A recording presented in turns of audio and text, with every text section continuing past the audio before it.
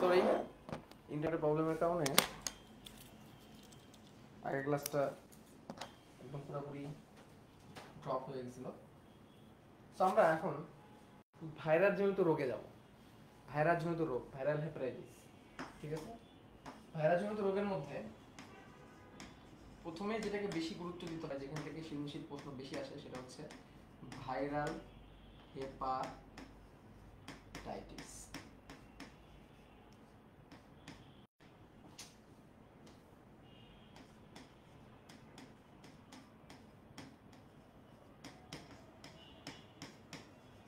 Hepatitis দেখো, hepatic sell damage হবে এখানে। হেপাটিক সেল এখানে কি হবে? ড্যামেজ হবে, অর্থাৎ লিভারের কোষ, নষ্ট হবে। লিভারের কোষ এখানে কি হবে? বিনষ্ট হবে। এটাকে বলা হয় কি? হেপাটাইটিস। এর ফলে যে রোগটা হয় সেই রোগের নাম হচ্ছে জন্ডিস। এর ফলে যে রোগটা হয় সেই রোগটার নাম কি? সেই রোগটার নাম হচ্ছে কি? জন্ডিস। কি হয়? জন্ডিস হয়। ওকে, তো এই যে জন্ডিস যে রোগটা ভাইরাল হেপাটাইটিসের মাধ্যমে হচ্ছে, তো এটা একটা ভাইরাস জনিত রোগ। তাহলে আমরা বুঝতে পারতেছি এটা একটা কি জনিত রোগ? এটা একটা ভাইরাস জনিত রোগ। তো হেপাটাইটিস অনেক রকমের আছে। ঠিক আছে, হেপাটাইটিস কি আছে? বেশ কয়েক রকমের আছে। হেপাটাইটিস বেশ কয়েক রকমের আছে। এর মধ্যে আমরা হেপাটাইটিস এ ভাইরাস বলি, হেপাটাইটিস বি ভাইরাস বলি, যেটা বাংলাদেশে বেশি হয়। হেপাটাইটিস সি ভাইরাস আছে, যেটা খুবই ডেঞ্জারাস। হেপাটাইটিস ডি ভাইরাস আছে এবং হেপাটাইটিস ই ভাইরাস আছে।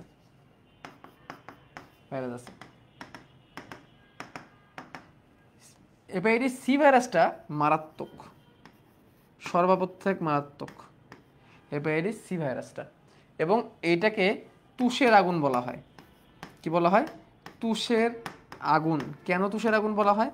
কারণ হেপাটাইটিস সি হইলে মানুষটা বুঝতে পারে না যে তার হেপাটাইটিস সি হয়েছে। ঠিক আছে, হেপাটাইটিস সি হইলে মানুষটা বুঝতে পারে না যে হেপাটাইটিস কি হয়েছে? সি হয়েছে, বুঝতে পারে না। ওকে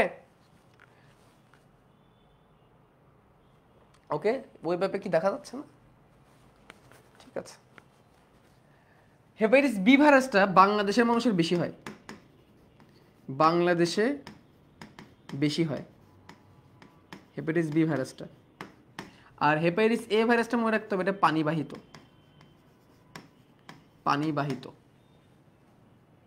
ঠিক আছে, হেপাটাইটিস এ এটা কি মনে রাখতে হবে? এটা পানিবাহিত। কি ওই ব্যাপারে কোনো প্রবলেম করতেছে ক্লাসে? এই কথাগুলো আমাদের মাথায় রাখতে হবে প্রাথমিকভাবে। এগুলো এমসিকিউর জন্য অনেক বেশি গুরুত্বপূর্ণ। এবং এটা কি করে? আমাদের লিভারকে ড্যামেজ করে। এখন কিছু কমন কথাবার্তা আছে যে হেপাটাইটিস কিসের মাধ্যমে ছড়ায়। ঠিক আছে, দেখো, সংক্রমণ কেমনে হয়? আক্রান্ত মায়ের গর্ভের সন্তান আক্রান্ত হবে, মায়ের স্তনপানের মাধ্যমে সন্তানের হয়ে যেতে পারে। তারপরে যৌন মিলনের মাধ্যমে হতে পারে, সার্জারি, ব্লেড, কাঁচি, এগুলোর মাধ্যমে কিন্তু ছড়িয়ে যেতে পারে। অর্থাৎ এটা এসটিডি যেভাবে ছড়ায়, ঠিক আছে, এসটিডি যেভাবে ছড়ায় সেভাবে। কি ক্লাস কি হবে না মানে কি লিখছে এই ছেলে কমেন্টে? ইনজেকশন ব্যবহার করার মাধ্যমে হতে পারে। ঠিক আছে, তার মানে একটা এসটিডি, সেক্সুয়ালি ট্রান্সমিটেড ডিজিজ যেভাবে ছড়ায়, ভাইরাল হেপাটাইটিসও সেই প্রসেসে কি হয়ে যেতে পারে? ছড়ায় যেতে পারে। এখন আসো, আমাদের বইয়ের মধ্যে একটা চার্ট দিছে, এই চার্টটা গুরুত্বপূর্ণ, এই চার্টটা আমাদের লাগবে। একটা চার্ট দিছে আমাদের বইয়ের মধ্যে, 4 প্রকার ভাইরাল হেপাটাইটিসের একটা চার্ট দিছে, 5 প্রকার ভাইরাল হেপাটাইটিসের চার্টটা আমরা পড়বো। তার আগে আমরা রোগের লক্ষণ থেকে আমরা একটু এটা পড়ে আসি যে কিভাবে শনাক্ত করব। দেখো, রক্তে বিলিরুবিন এবং এসজিপিটির মাত্রা বেড়ে যায়, তাহলে এই টেস্টটা আমরা করতে পারি। বিলিরুবিন কেন বাড়তেছে? তোমাদের পরিপাকশন চ্যাপ্টারের সময় আমি তোমাদের পড়াইছিলাম যে রক্ত ভেঙে গেলে কি হয়? বিলিরুবিন তৈরি হয়। ঠিক আছে, লোহিত রক্তকণিকা ভেঙে গেলে, এখন তোমার যখন জন্ডিস হচ্ছে তখন তো অনেক বেশি পরিমাণ লোহিত রক্তকণিকা ভাঙতেছে, তাহলে বিলিরুবিনের মাত্রা বেড়ে যাচ্ছে, এটা একটা কারণ হতে পারে। এই দুটো পরীক্ষার মাধ্যমে হেপাটাইটিস বি নির্ণয়ের জন্য রক্তের HbSAg সারফেস অ্যান্টিজেন টেস্টটা করা হয়, এটা তোমাদের জানতে হবে। আচ্ছা, এক্ষেত্রে অ্যামোক্সিসিলিন, মেট্রোনিডাজোল, ভিটামিন সি ইত্যাদি ওষুধ খাওয়াতে হয়, এটা জানতে হবে। এবং এটা নিয়ে জেনে রাখো, এটার জন্য একটা টিকাও আছে, পেন্টাভ্যালেন্ট ভ্যাকসিন। হেপাটাইটিস বি এর পেন্টাভ্যালেন্ট ভ্যাকসিনের ডোজ 4টি, প্রথম 3টি 1 মাস পর, পরেরটি 4th ডোজ 1 বছর পর, 5 বছর পর তুমি বুস্টার ডোজ নিতে পারো। তাহলে পেন্টাভ্যালেন্ট ভ্যাকসিন ইউজ করা যেতে পারে। তো এর ডোজ কত? 4টা, প্রথম 3টি 1 মাস পর পর, প্রথম 3টে ডোজ 1 মাস পর পর, এবং চতুর্থটা প্রথমটার 1 বছর পর, এবং 5 বছর পর তুমি বুস্টার ডোজ নিতে পারো। এখন আসো, আমরা যেটা লাগবে আমাদের সেটা হচ্ছে এই যে 4টা, এই 4টা চলো আমরা একটু দেখার চেষ্টা করি বা বোঝার চেষ্টা করি এই 4টার মধ্যে কি বলছে।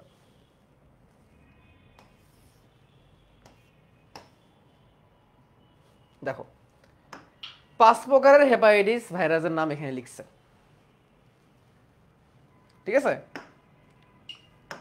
খেয়াল করো, hepatitis A virus, B virus, C virus, D virus এবং E virus. Hepatitis A B C এখান থেকে প্রশ্ন বেশি আসে। দেখো, মনে রাখবা, বি ফর বাংলাদেশে এটা বেশি হয়, বাংলাদেশের মানুষের এটা বেশি হয়, বি ফর বাংলাদেশ, আর ডি ফর ডিএনএ। এটি একমাত্র ডিএনএ ভাইরাস, আর বাকি সব আরএনএ, বাকি সব আরএনএ।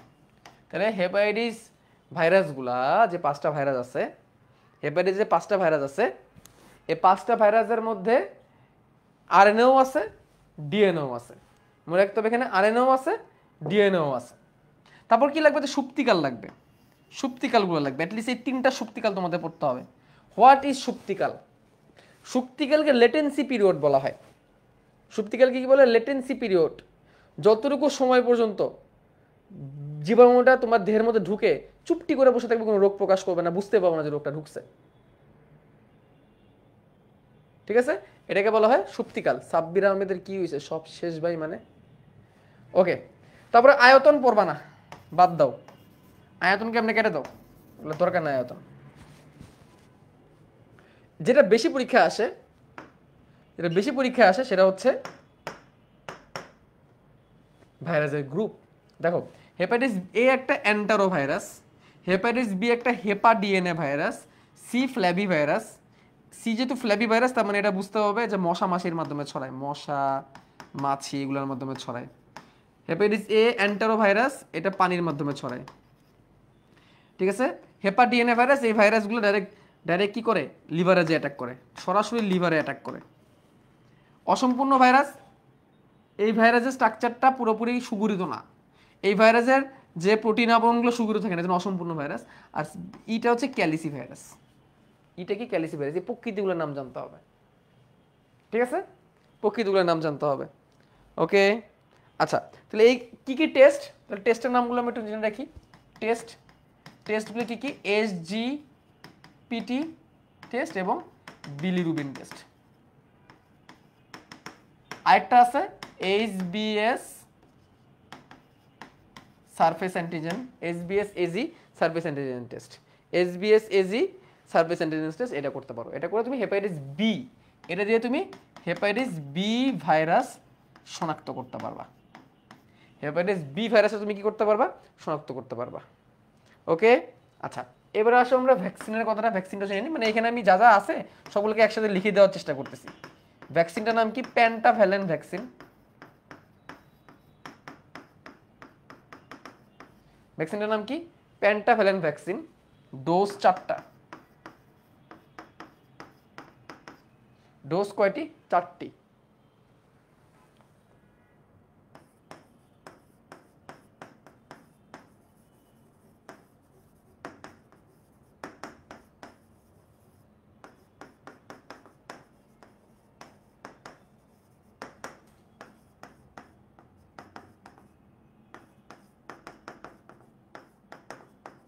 কি লিখছি?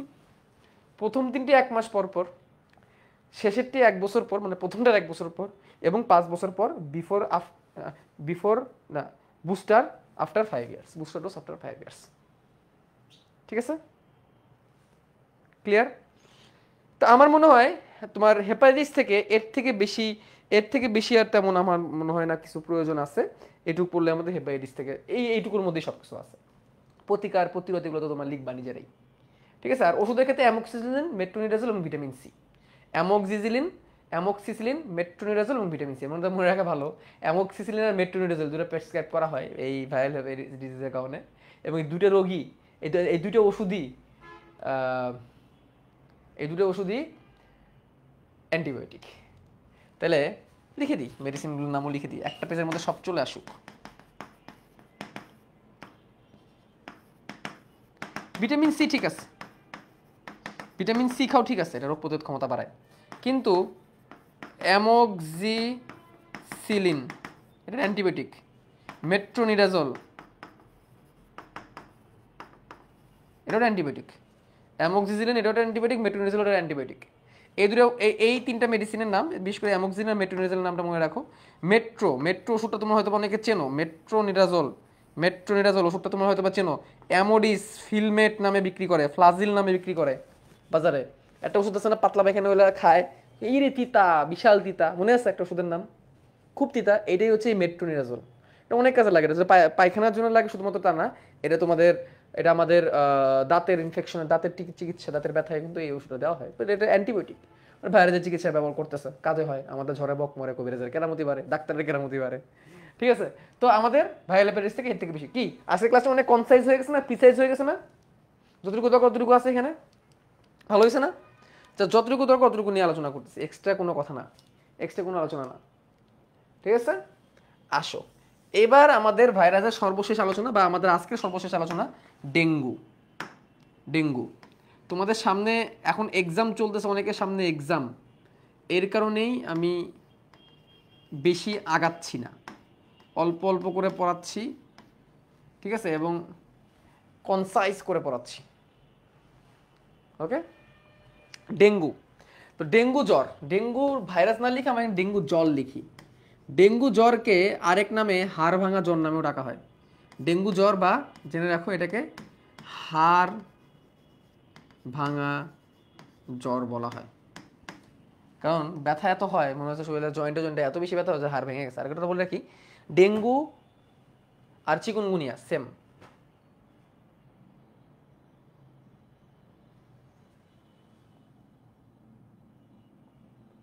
বুঝছি। আচ্ছা, তো ডেঙ্গুকে তিন ভাগে ভাগ করা যায়, সাধারণ ডেঙ্গু, হেমোরেজিক ডেঙ্গু এবং ডেঙ্গু শক সিনড্রোম। তো এটাতে আমরা শুরু করি। ডেঙ্গুকে তিন ভাগে ভাগ করা যায়। প্রথম হচ্ছে সাধারণ ডেঙ্গু, আমি যেভাবে লিখতেছি এভাবে পড়ো, ঠিক আছে। সাধারণ ডেঙ্গু, ডেঙ্গু কি প্রকৃতির ভাইরাস, এগুলো সব আমরা অলরেডি পড়ে আসছি, ঠিক আছে। চিকুনগুনিয়া আর dengue same, Aedes aegypti, Aedes অ্যালবোপিক্টাসের মাধ্যমে ছড়ায় এবং এটা আরএনএ প্রকৃতির ভাইরাস, এগুলো সব আমরা জানি, ঠিক আছে। এগুলো আমাদের আলাদাভাবে করার মতো কিছু নাই। সাধারণ ডেঙ্গু, সাধারণ ডেঙ্গু হলে কি হয়, সাধারণ ডেঙ্গু হলে জয়েন্ট পেন হয়, র্যাশ হয়, ফুসকুড়ি হয়, বমি হয়, পাতলা পায়খানা হয়, এবং কি হয়, খাবারের ইয়ে কমে যায়, অনুচক্রিকা কমে যায়, এবং জ্বরের মাত্রা 102 ডিগ্রি ফারেনহাইটের উপরে চলে যায়, অনুচক্রিকার সংখ্যা 1.5 লক্ষের নিচে কমে যায়, ঠিক আছে। এবং অনুচক্রিকার টেস্টের মাধ্যমে আমরা এটা জানতে পারি। তাহলে আমরা কি কি লিখবো, তাহলে joint pain, joint pain, rash, joint pain, rash, বমি, ক্ষুধামন্দা, জ্বর।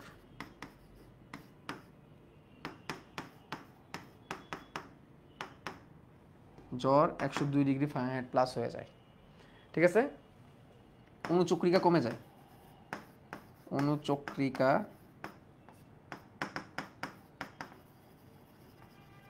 দেড় লক্ষের নিচে নেমে যায়, অনুচক্রিকার সংখ্যা কত নেমে যায়, 1.5 লক্ষের নিচে নেমে যায়, ঠিক আছে। তো আমি এটা টেস্ট কি করতে পারি, এটার জন্য আমি প্লাটিলেট কাউন্ট দেখতে পারি, প্লাটিলেট কাউন্ট দেখতে পারি, অনুচক্রিকার সংখ্যা দেখতে পারি, অনুচক্রিকার সংখ্যা। টেস্ট আরেকটা আছে রক্তে NS1 অ্যান্টিজেন, ইমিউনোগ্লোবুলিন, যেটাকে আমরা অ্যান্টিবডি বলি, ইমিউনোগ্লোবুলিন জি এবং ইমিউনোগ্লোবুলিন এম যদি পাওয়া যায়, ইমিউনোগ্লোবুলিন জি এবং ইমিউনোগ্লোবুলিন এম অ্যান্টিবডিগুলো যদি পাওয়া যায়, তাহলে বুঝতে হবে তার কি হয়েছে, ডেঙ্গু হয়েছে। এবং আরেকটা টেস্ট আছে, এটাকে হচ্ছে সেরোলজি টেস্ট বলা হয়। একদমই আইডেন্টিফাই করা যাচ্ছে না যে ডেঙ্গু আছে কি নাই, সেক্ষেত্রে ব্লাড স্যাম্পল নেওয়া হয়। ব্লাড স্যাম্পল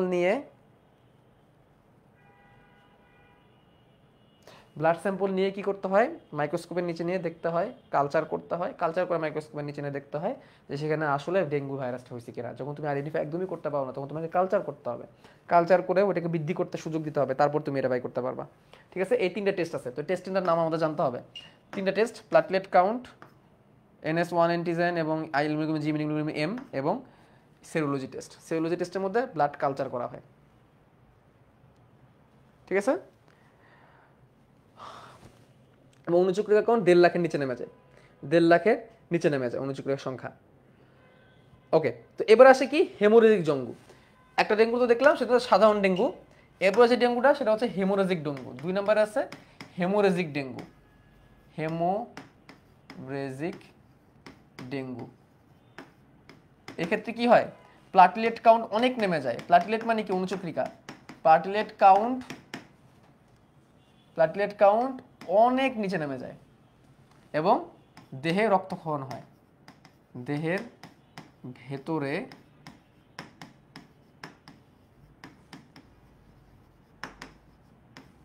রক্তক্ষরণ হয়, ইন্টারনাল ব্লিডিং, নোজ টোজ বিভিন্ন জায়গায় কি শুরু হয়ে যায়, রক্তক্ষরণ শুরু হয়ে যায় দেহের বিভিন্ন জায়গায়। ঠিক আছে, তো এটাকে বলা হয় ডেঙ্গু, হেমোরেজিক ডেঙ্গু। এটাকে বলা হয় হেমোরেজিক ডেঙ্গু। আর সবশেষে কি, সবশেষে হচ্ছে হিমোকনসেন্ট্রেশন বা ডেঙ্গু শক সিনড্রোম। একদম লাস্টে আছে ডেঙ্গু শক সিনড্রোম। 3 রকমের ডেঙ্গু বলছিলাম তাই না, ডেঙ্গু শক সিনড্রোম। এক্ষেত্রে কি হয়, হিমো কনসেন্ট্রেশন হয়, হেমো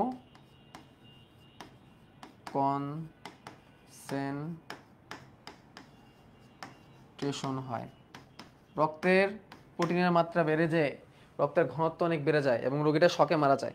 ঠিক আছে, রক্তে প্রোটিনের মাত্রা বেড়ে যায় এবং রক্তের ঘনত্ব বেড়ে যায়। হিমো কনসেন্ট্রেশনে কি হয়, রক্তে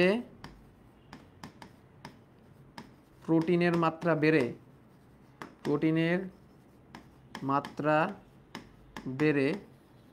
ঘনত্ব বৃদ্ধি পায় এবং রোগী শকে মারা যায়, ডেঙ্গু শক। তাহলে 3 রকমের ডেঙ্গু, সাধারণ ডেঙ্গু, হেমোরেজিক ডেঙ্গু এবং ডেঙ্গু শক সিনড্রোম। এই 3 রকমের ডেঙ্গু আমরা পাচ্ছি। ওকে, আচ্ছা, ডেঙ্গু এটা কি প্রকৃতির ভাইরাস বলো? ডেঙ্গু একটি আরএনএ প্রকৃতির ভাইরাস। কি প্রকৃতির ভাইরাস? আরএনএ প্রকৃতির ভাইরাস। সারা বিশ্বে 10 কোটি মানুষ ডেঙ্গু জ্বরে আক্রান্ত হয় প্রতি বছর এবং এডিস অ্যাজিপ্টি, এডিস অ্যালবোপিক্টাস মশার মাধ্যমে ছড়ায়। তাহলে ডেঙ্গু এটা কি ভাইরাস? ডেঙ্গু এটা একটা RNA virus. Dengue RNA virus. দেখো আমরা এতক্ষণ পর্যন্ত যতগুলা ভাইরাসের নাম পড়লাম সবগুলোই কিন্তু কি ছিল, আরএনএ ছিল মোটামুটি। ঠিক আছে, এবং এটা কি প্রকৃতির? Flabby virus. ফ্ল্যাভি ভাইরাস মানে কি, এগুলো হচ্ছে মশা মাছি এগুলোর বাহক হিসেবে কাজ করবে, অর্থাৎ আর্থ্রোপোডা পর্বের প্রাণীগুলো এদের বাহক হিসেবে বেশি কাজ করে। সে বাহকগুলোকে এখানেও আর্থ্রোপোডাই বাহক, এডিস অ্যাজিপ্টি, এডিস মশকি লিখে রাখি, এডিস মশকি। তাহলে মনে রাখতে হবে ডেঙ্গু হয় এডিস মশকি দিয়ে আর ম্যালেরিয়া হয় অ্যানোফিলিস মশকি দিয়ে। ঠিক আছে, এডিস অ্যাজিপ্টি এবং এডিস অ্যালবোপিক্টাস, এডিস অ্যাজিপ্টি এবং এডিস অ্যালবোপিক্টাস, এডিস AGYE এজিপ্টি আর এডিস অ্যালবোপিক্টাস, এডিস অ্যাজিপ্টি এবং এডিস অ্যালবোপিক্টাস এই টাইপের মশকের মাধ্যমে হয়। ঠিক আছে, তো দেহের ভিতরে রক্তক্ষরণ হয়, অনেক কিছু লেখা আছে তোমাদের বইয়ের মধ্যে, এগুলো লাগবে না। ব্যথা কমাতে প্যারাসিটামল জাতীয় ওষুধ খাইতে হবে, অ্যাসপিরিন জাতীয় ওষুধ, ব্যথা কমাতে প্যারাসিটামল ওষুধ দেওয়া যেতে পারে। প্রতিরোধ একটু কিছু লাগবে না। পানি জমতে দেওয়া যাবে না। এডিস মশা গড়ে 21 দিন বাঁচে, এটা একটু মাথায় রাখতে হবে। এডিস মশা গড়ে 21 দিন বাঁচে, এই কথাটা একটু এমসিকিউর জন্য অ্যাড করে রাখো। পানি জমতে দেওয়া যাবে না এডিস মশার ক্ষেত্রে, লেখো এডিস মশা, এটাকে নিধন করতে হবে। এডিস মশা গড়ে 21 দিন বাঁচে, এটা একটা এমসিকিউ। এবং পানি জমতে দেওয়া যাবে না।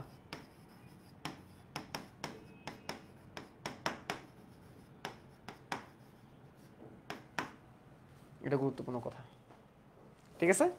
এই হচ্ছে কিসের মধ্যে কথাবার্তা, ইয়ের মধ্যে। আচ্ছা, এরপরে তোমাদের বইয়ে আরেকটা ভাইরাস আছে, শর্ট রিমাইন্ডার, সেটা হচ্ছে পাপায়া রিং স্পট ভাইরাস। দেখো পাপায়া রিং স্পট ভাইরাস এখান থেকে দাগাই দিই, পেপের রিং স্পট ভাইরাস, ঠিক আছে?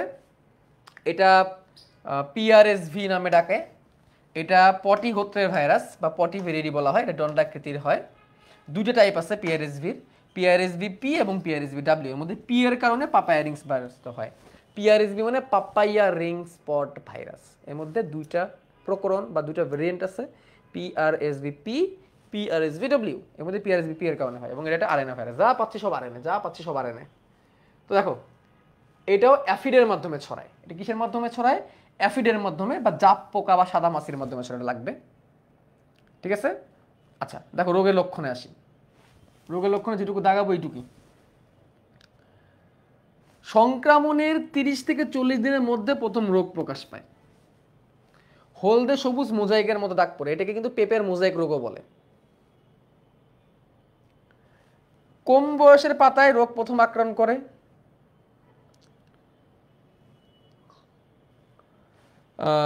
পাতা ঝরে পড়ে এবং পাতার শিরাগুলো শুধু থেকে যায়। আচ্ছা এই দেখো এইখানে হচ্ছে এই 6 নম্বর পয়েন্টটা, আক্রান্ত ফলের উপর পানি ভেজা গোলাকার দাগ পড়ে এবং দাগের মধ্যবর্তী স্থান শক্ত হয়ে যায়, লাগবে। পেঁপে হলুদ হয়ে যায়, পেঁপের মিষ্টতা কমে যায়, পুষ্টি হওয়ার আগে ঝরে পড়ে। যে পেঁপের মিষ্টতা যেটা প্যাপেইন দ্বারা নিয়ন্ত্রিত হয় সেটা কমে যায় এবং 90% পর্যন্ত ফলন হ্রাস হয়ে যেতে পারে। যেগুলো দাগাই দিলাম বেশি করে এটাই, এই যেগুলো মার্ক করে দিলাম এগুলো একটু দাগাও।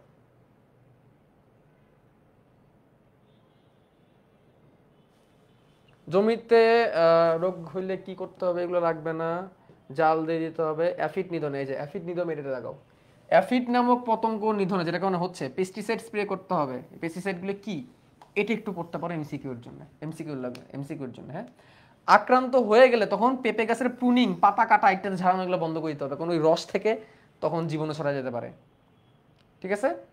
আর ক্রস প্রোটেকশন জাত ব্যবহার করলে ভালো হতে পারে।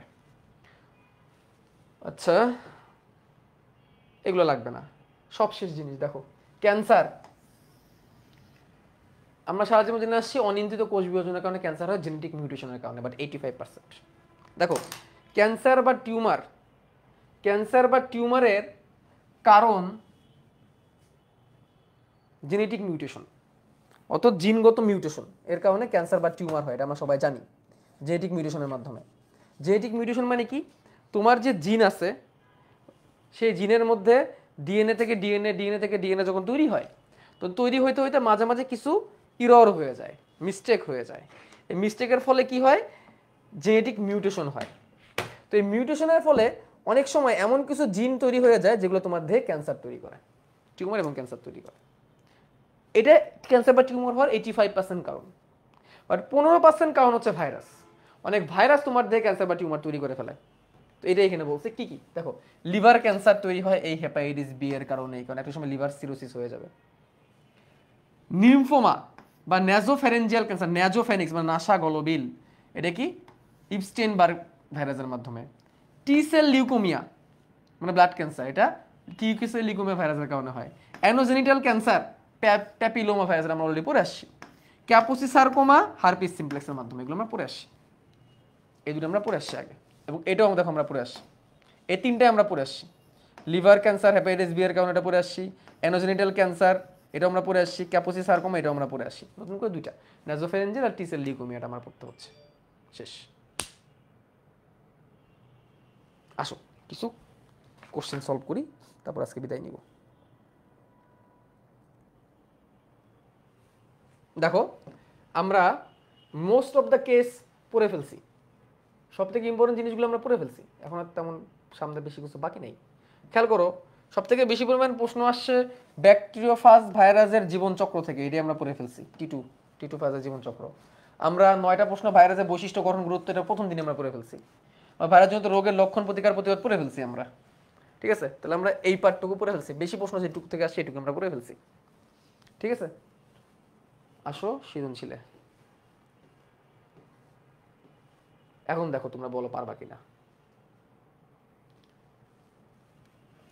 শিক্ষক ক্লাসে একটি অণুজীব নিয়ে বললেন যার কোষীয় অঙ্গাণু নেই। তার মানে চোখ বন্ধ করে বলতে পারতেছি এটা কি ভাইরাস। অণুজীবটি জ্বর ও জীবের সেতু বন্ধন। এইডস এর পরিণাম কি অ্যাকোয়ার্ড ইমিউনোডিফিসিয়েন্সি সিনড্রোম। ফ্যাজ বলতে কি বুঝো, বিদীর্ণকারী ভক্ষণকারী যেসব ভাইরাস অন্য কোনো জীবকে বিদীর্ণ করে ভক্ষণ করে তাকে ফ্যাজ বলা হয়। ফাজ অনেক রকমের হতে পারে, ব্যাকটেরিওফাজ হতে পারে, সায়ানোফাজ হতে পারে, ফ্যাগোফ্যাজাইন হতে পারে, অনেক কিছু হতে পারে। উদ্দীপক অণুজীবটির গঠন বর্ণনা করো, তাহলে ভাইরাসের গঠন। ভাইরাসের গঠন বেসিক গঠন দিবা। ভাইরাসের গঠন মানে বেসিক ভাইরাসের গঠন, অর্থাৎ তিনটা জিনিস, নিউক্লিক অ্যাসিড, ক্যাপসিড এবং বাইরের ইনভেলাপ। উদ্দীপক অণুজীবটি রোগ সৃষ্টি ও রোগ প্রতিরোধ উভয় ক্ষেত্রেই ভূমিকা রাখে, অর্থাৎ ভাইরাসের গুরুত্ব, রোগ তৈরি করতে পারে আবার রোগ প্রতিরোধেও সে গুরুত্বপূর্ণ ভূমিকা পালন করতে পারে। পারবো পারবো ক্লিয়ার এ প্রশ্ন?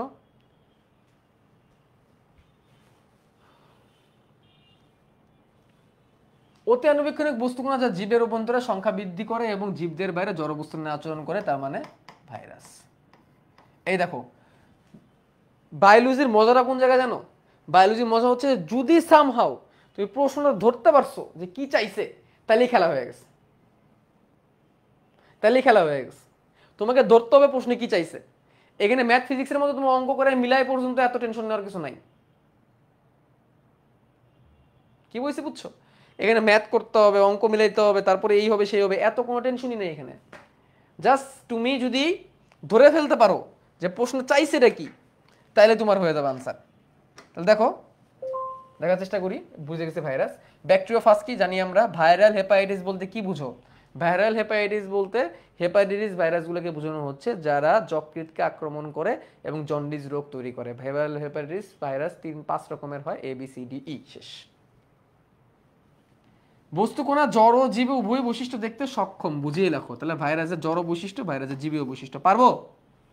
দেখছো কত সহজ। এটার জন্য তোমার টেনশন করো। আমি তো মনে করি বায়োলজির মতো বোর্ড পরীক্ষা এত ইজি পরীক্ষা কিছু হয় না। আর বায়োলজি এমসিকিউ নিয়ে টেনশন করো, আমরা যে প্র্যাকটিস শিট দিচ্ছি এগুলো পড়বা, দেখবে এমসিকিউ ইনশাল্লাহ কমন পড়ে যাচ্ছে। অণুজীবটি দ্বারা পেঁপে গাছের সৃষ্ট রোগের বর্ণনা। PRSV, পাপায়া রিং স্পট ভাইরাসের রোগের বর্ণনা, রোগ কিভাবে সংক্রামিত হয়। দেখছো একটু আগে বলেছি।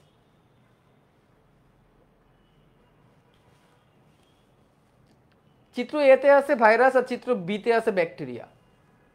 মেসোজোম কি? এটা ব্যাকটেরিয়ার, এখনই না। ভাইরাসের অকোষীয় বলয় কারণ কি? তাহলে ভাইরাসের জড় বৈশিষ্ট্য। ভাইরাসের জড় বৈশিষ্ট্য 4 থেকে 5টা। উদ্দীপকের এর গঠন বর্ণনা করো। ভাইরাসের গঠন আমরা অলরেডি দেখে আসছি।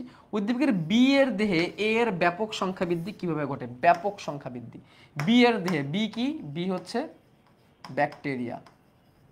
বি এর দেহে এ এর ব্যাপক মানে ভাইরাসের, তাহলে ব্যাকটেরিয়ার ভিতরে ভাইরাসের ব্যাপক সংখ্যা বৃদ্ধি, তার মানে লাইটিক চক্র। ব্যাপক বলছে যেহেতু তোমার লাইটিক চক্র, মৃদু বললে বুঝতাম লাইসোজেনিক চক্র। শেষ। উদ্দীপক বুঝতে পারলে প্রশ্ন আর ভেরিফাই করা কোনো বিষয়ই না। সহজ না? সহজ। প্রশ্ন 4। সুমন ও রুমন দুই ভাই কয়েকদিন ধরে সুমনের মেরুদণ্ড সহ কোমরে ব্যথা। মেরুদণ্ড সহ কোমরে ব্যথা, তার মানে ডেঙ্গু, বোঝাই যাচ্ছে। রুমনের সমস্ত শরীর হলুদ, তার মানে জন্ডিস। তাদের বাবা মা চিকিৎসকের কাছে যান, চিকিৎসক থেকে উপযোগ্য পরামর্শ দেন। ভিরিয়ন কি? পরে আসছি আমরা।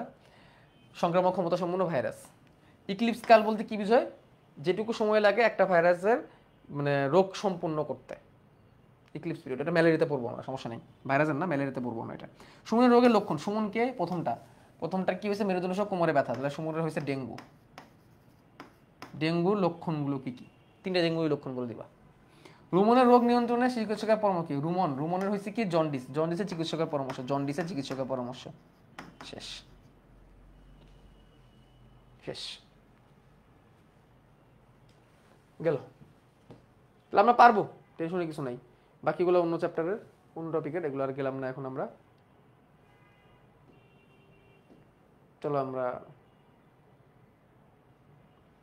প্রশ্ন দেখি। আমরা এখান থেকে দেখি। টোবাকো মোজাইক ভাইরাস সংক্রান্ত প্রশ্ন। টোবাকো মোজাইক ভাইরাসের আকার কোন ধরনের? টোবাকো মোজাইক ভাইরাসের আকার কোন ধরনের বলো? আকার কোন ধরনের? টিএমবি এর আকার দণ্ডাকৃতির, তাতে আলু আর মাংসের টুকরো। ব্যাকটেরিওফাজ এক প্রকার, ব্যাকটেরিওফাজ এক প্রকার, এটা দেখে অনেকেই ধুমধাম ব্যাকটেরিয়া দেখায় ফেলে, না। ব্যাকটেরিওফাজ এক প্রকার ভাইরাস যে ব্যাকটেরিয়াকে মারে। ব্যাকটেরিওফাজ এক প্রকার দেখে অনেকে চোখ বন্ধ করে ব্যাকটেরিয়া দেখায় ফেলে, এটা ভুল। ফাজ শব্দের অর্থ কি? ফাজ শব্দের অর্থ কি? ধ্বংস, টু ইট। বিষ শব্দের অর্থ ভাইরাস। আর আচ্ছা, ফাজ শব্দের অর্থ ভাইরাস না, সরি, ফাজ শব্দের অর্থ ধ্বংস না, লাইসিস শব্দের অর্থ, ফাজ শব্দের অর্থ হচ্ছে ভক্ষণ। ফাজ শব্দের অর্থ হচ্ছে ভক্ষণ, টু ইট। ফাজ শব্দের অর্থ ভক্ষণ, টু ইট। ভুল বলছিলাম, ঠিক আছে। 21-এর আনসার হবে 4। দেখি তো, 21, হ্যাঁ 4, ঠিক আছে। 22, কোন ভাইরাসের আকৃতি পাউডির ন্যায়, পাউরুটির মতো ঘন আকৃতির, ঘন ঘন ভ্যাকেশনে হাঁপানি? ভ্যাকজিনিয়া। পাউরুটি আকৃতির বা ঘনাকৃতির, ঘন ঘন ভ্যাকেশনে হাঁপানি। টি2 ভাইরাসের ক্ষেত্রে, টি2 ব্যাকটেরিওফাজে থাকে বেসপ্লেট, স্পাইক আর কোষ ঝিল্লি। কোষ ঝিল্লি তো থাকবে যে কোনো ভাইরাসে, তাহলে 4টাই হবে আনসার, তাহলে আনসার 4টাই হবে। আচ্ছা, কোষ ঝিল্লি কোথা থেকে তোমাদের বইয়ের মধ্যে উল্লেখ আছে? ও sorry sorry sorry sorry sorry sorry, bacteriophage, sorry sorry sorry sorry, কোষ ঝিল্লি থাকবে না। 1 আর 2, 1 আর 2, সরি আমি ভুল বলেছি, ক্ষমা হয়ে গেছে, ভুল করে দেন, আমার ক্ষমা হয়ে গেছে, ভুল করে দেন।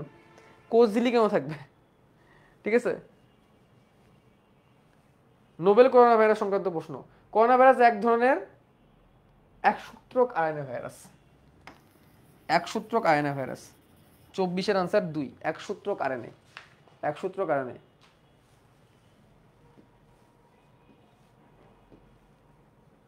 ব্যাকটেরিওফাজ কোন ধরনের চক্রের মাধ্যমে বংশবৃদ্ধি করে? লাইফ চক্র, লাইটিক চক্র, কোনোটাই নয়, এও বি উভয়ই। লাইটিক চক্র, লাইফ চক্র বলতে কিছু নাই। ব্যাকটেরিয়ার কোষ প্রাচীর বিদীর্ণ হওয়াকে কি বলে?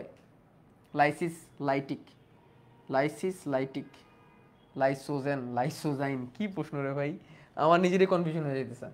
ব্যাকটেরিয়ার কোষ প্রাচীর বিদীর্ণ হওয়াকে লাইসিস বলে, চক্রটাকে লাইটিক বলে, বিদীর্ণ হওয়াকে লাইসিস বলে বা ফেটে যাওয়া বলে। পোষক ব্যাকটেরিয়া আক্রমণ করার পর থেকে যে সময় পর্যন্ত পূর্ণাঙ্গ অপত্য ভাইরাস সৃষ্টি না হয় সেই সময়কে কি বলা হয়? এটাকে বলে ইক্লিপস কাল। এটাই হচ্ছে কি ইক্লিপস কাল। দেখো এখানে সংজ্ঞা দেওয়া আছে, একটু আগে যেটা বলছিলাম, ম্যালেরিয়ার ক্ষেত্রে আমরা এটা পড়তাম। এই যে ইক্লিপস কালের সংজ্ঞা। প্রোফাজ তৈরি হয় কোন চক্রে? এটা আমরা প্রশ্ন দেখেই জানি, প্রোফাজ তৈরি হয় লাইসোজেনিক চক্রে। প্রোফাজ তৈরি হয় কোন চক্রে? লাইসোজেনিক চক্রে। ভাইরাস অর্থনৈতিক গুরুত্ব। টিউলিপ ফুলের পাপড়িতে বৈচিত্র্যময় সৃষ্টি করতে কোন অণুজীব ব্যবহার করা হয়? ভাইরাস ব্যবহার করা হয়, ব্রোকেন টিউলিপ। লিখে রাখো, ব্রোকেন টিউলিপ।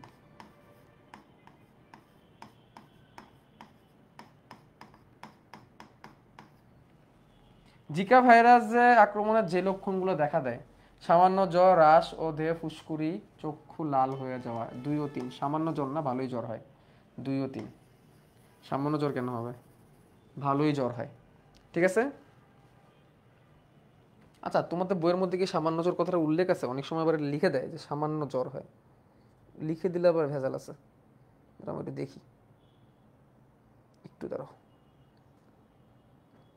জিকা না, জিকা তো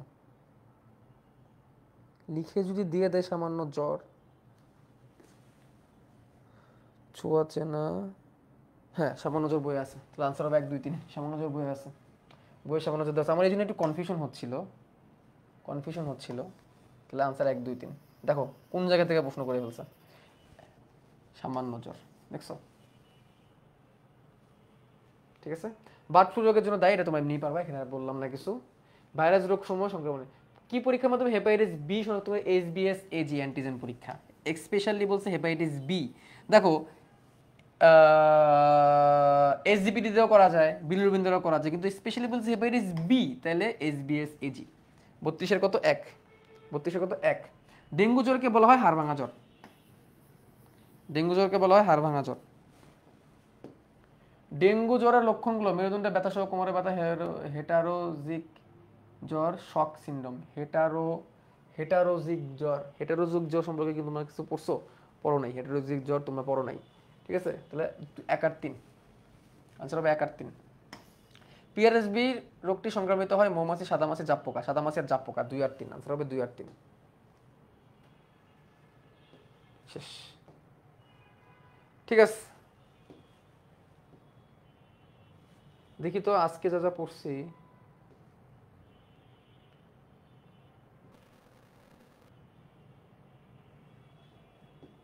ওকে, আর তোমাদের বেশ কিছু ক আর খ এখানে দেওয়া আছে, এগুলো এখান থেকে পড়ে নিবা। ভাইরাস কাকে বলে, ভিরিয়ন কি, ভিরিয়ড কি, প্রিয়ন কি, স্যাটেলাইট কি, ব্যাকটেরিওফাজ কি, ক্যাপসুমিয়ার কি, এইচআইভি আবিষ্কারক কে, লাইটিক চক্র কি, লাইসোজেনিক চক্র কি, পিলি কি, প্লাজমিড কি, মেসোজোম কি। বিশেষ করে খ গুলো এখানে বেশি গুরুত্বপূর্ণ। ক আর খ। অণুজীব বলতে কি বুঝো, ভাইরাসের জৈব রাসায়নিক বৈশিষ্ট্য, দেখো এখান থেকে কিন্তু প্রশ্ন আসছে সৃজনশীলে 2 নম্বরে। ভাইরাসের জীবীয় বৈশিষ্ট্য, ভাইরাসকে জীবন বলে বস্তু কেন বলা হয়, ভাইরাসকে জীবজোড়া সেতুবন্ধন কেন বলা হয়, সুপ্তাবস্থা বলতে কি বুঝো, ইক্লিপস কাল কি, যেখানে আবার আসছে। পোষক ব্যাকটেরিয়া আক্রমণ করার পর থেকে যে সময় পর্যন্ত পূর্ণাঙ্গ অপত্য ভাইরাস সৃষ্টি না হয় সে সময় কি ইক্লিপস কাল বলে। সুপ্তাবস্থা কি, সুপ্তাবস্থা আর ইক্লিপস কাল কিন্তু এক না। ব্যাকটেরিয়া ফাজ বলতে কি বুঝো, ফাজ বলতে কি বুঝো, প্রিয়ন্স কি, ভিরোয়েড কি, ভাইরাসকে অকোষীয় কেন বলে, এগুলো কিন্তু সৃজনশীলে আসে 2 নম্বরে। ঠিক আছে, তো আজকে আর তোমাদের রাখতেছি না, আজকে আমরা এখানেই শেষ করি ইনশাল্লাহ। আমাদের দেখি আরেকটা ক্লাসের মধ্যে শেষ করে দিব। ব্যাকটেরিয়াতে এত বেশি কিছু নাই, ব্যাকটেরিয়া শেষ করতে বেশি সময় লাগবে না, ব্যাকটেরিয়া শেষ করতে বেশি সময় না, নেক্সট মনে হয় 2 ঘন্টার মধ্যে শেষ হয়ে যাবে। ম্যালেরিয়া 1 ঘন্টা লাগবে, ম্যালেরিয়া 1 ঘন্টা লাগবে, আর ব্যাকটেরিয়া 1 ঘন্টা, 2 ঘন্টার মধ্যে শেষ করে দেওয়া যাবে। ঠিক আছে, তাহলে আগামী 72 ঘন্টার জন্য একটা ব্রেক তোমাদের। ঠিক আছে, কে জানি বলছো কথাটা, ভালো লাগছে কথাটা। তো আগামী 72 ঘন্টার জন্য তোমাদের একটা ব্রেক। দেখা হবে তোমাদের সাথে পরবর্তী ক্লাসে। আমার শেষ ক্লাস ফেজ মানে আমার এই ধাক্কার শেষ ক্লাস, আর একটা ক্লাস বাকি, সম্ভবত শনি রবিবারে নিব আমি, রবিবারে হয়তো বা এই ধাক্কার শেষ ক্লাস। এরপর তোমাদের রাজীব ভাই টানা কয়েকটা ক্লাস নেবে, তারপর আমি আবার ঢুকে একদম আলবিদা বলে চলে যাবো শেষ করে। ঠিক আছে, তো থ্যাংক ইউ ভেরি মাচ। আমরা পছন্দ করি পুঁটি মাছ। আর ক্লাসের স্লাইড প্রথম ক্লাসের ডেসক্রিপশনেই পেয়ে যাবা। আজকে ক্লাসের স্লাইড যেটা, এটা আমাদের যে প্রথম যে ক্লাসটা ছিল না, অনুজীবের যে প্রথম ক্লাস, একদম ক্লাস 1 যেটা, সে প্রথম ক্লাসের ডেসক্রিপশনে আজকে ক্লাসের স্লাইডটা পেয়ে যাবা। আমি এটার মধ্যে ক্লাসের স্লাইড এডিট করে দিব না, প্রথম ক্লাসের ডেসক্রিপশনেই পেয়ে যাবা, দিয়ে দিচ্ছি। ক্লাসের নাম্বার থাকবে, স্লাইডের নাম্বার থাকবে 754.1 ক্লাসের নাম্বার। আল্লাহ হাফেজ।